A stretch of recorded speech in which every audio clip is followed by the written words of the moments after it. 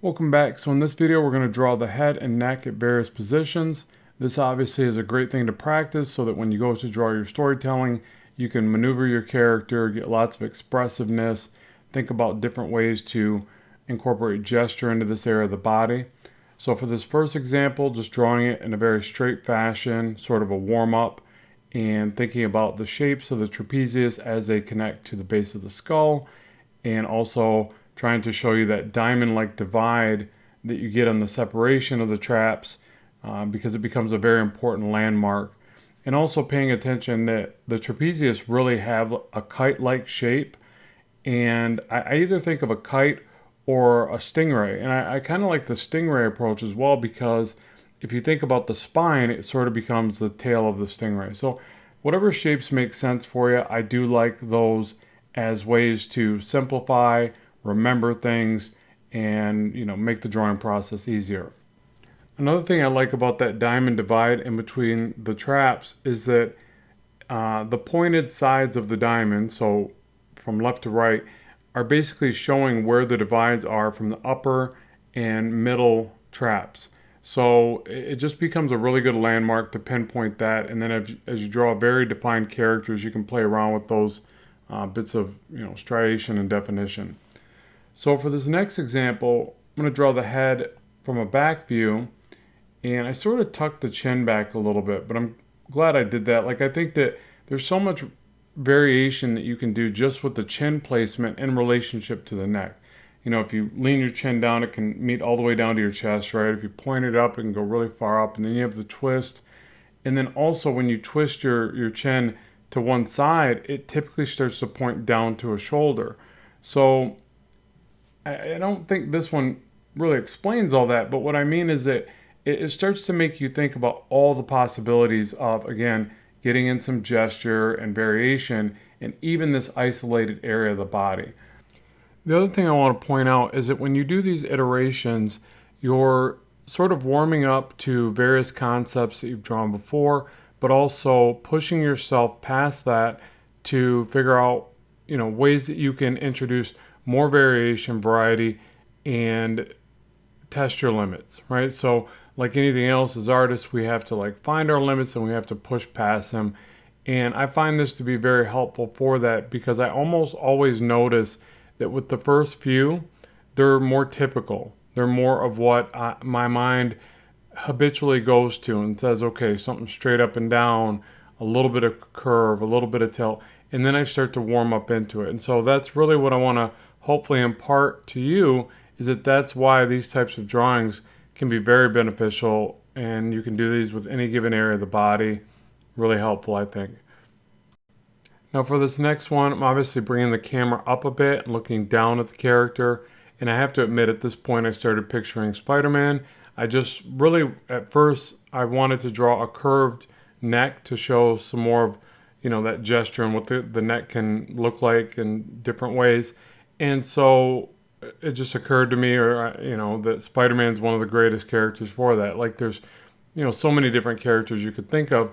But what I always find helpful about actually thinking of a particular character is that expression and gesture comes through when you're drawing. At least for me it does. And I would assume for most of us, if not all of us, that because you're thinking of some particular character that you can picture in your mind as moving a certain way and acting a certain way, that does flow through to the drawing. And so that can be a very helpful device as well.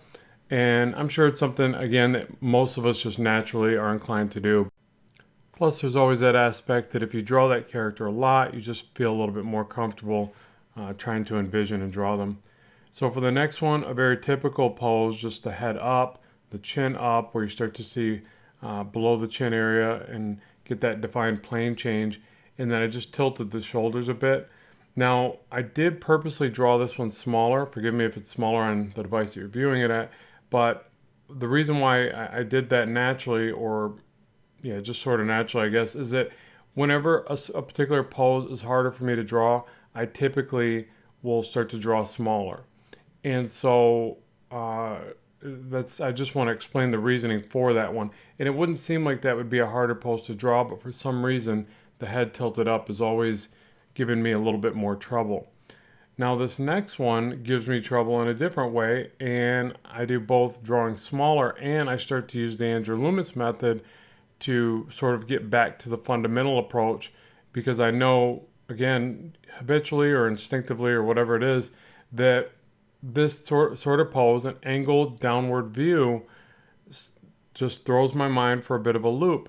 And the reason why I'm sharing that is that I always want to tell other artists, especially beginners, that I never want people to think that everything is easy for me. That drawing in and of itself has never been the easiest thing for me. There's parts of it that feel easier than other parts. But when things get tough, I go back to fundamentals. I go back to the basics, even now. And I've been drawing most of my life, a long, long time. So again, I just want to hopefully share that with beginners so that they're not perceiving when somebody does do something well, oh, they've just always been good at it and all this is easy for them. That's not really it. If anything, I've always told people my advantage is that I love doing it so much, I always come back to it. I'm a bit really obsessed with it, I guess. So something about it just really, wakes my brain up, I guess. But this next one, now I'm trying to get even more gestural of a feeling going on here, something that hopefully looks more expressive. At least that's my goal. The head is tilting. There's a bit of bend to the trapezius and the neck. It's not a typical pose. Or typical pose that I would have drawn. So again, back to the iterative versions. Starting out, I probably just wouldn't have went here automatically, but 6 poses in, it starts to become easier for me to envision something like this because I've now warmed up to it. I now have the other iterations to compare against and say, well, I don't want to keep repeating the same poses. How do I explore this a bit further? And that's what ultimately landed me on this one. So I often think these types of practice activities can be really good, especially for areas in your work where you're struggling. I've been meaning to get back to hands. Hands are always a tough one as well. Shoulders, like a lot of the joints or bending parts that bend to the body. The way a leg might bend, the knee joint, the elbow joint. These are all areas where, to me personally, I feel like I just need to keep revisiting them to deepen my understanding and awareness of them, so that when I go to draw them from memory, some of that shows through the work. But again, it's never a specific number. Like say, if I draw this given area of the body 100 times, I'll be great. Now, I do think that if you draw anything 100 times, you'll definitely be better. I just think that's just the way it is, given the right state of mind.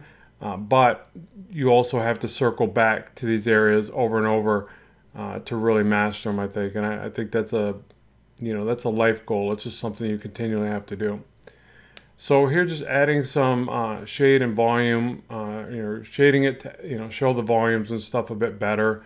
Give you an idea of the way that light might fall upon these 3D forms, things like that. And again, hopefully this is beneficial for you, and hopefully you get something out of this. These are just my practice activities, so I never know how much somebody might get out of it like I'm getting out of it, but I like sharing the work, and hopefully you like watching it. But you can always comment and let me know, hey, would you mind approaching this or delving deeper into this, or I'm having trouble with this. I'm always listening. I'm always trying to bring you the content that's going to help you improve the most. And as always, I truly appreciate the support of the channel, and more content's on the way. So that'll bring this one to a close. I really appreciate you watching. As always, keep drawing, keep having fun, and bye for now.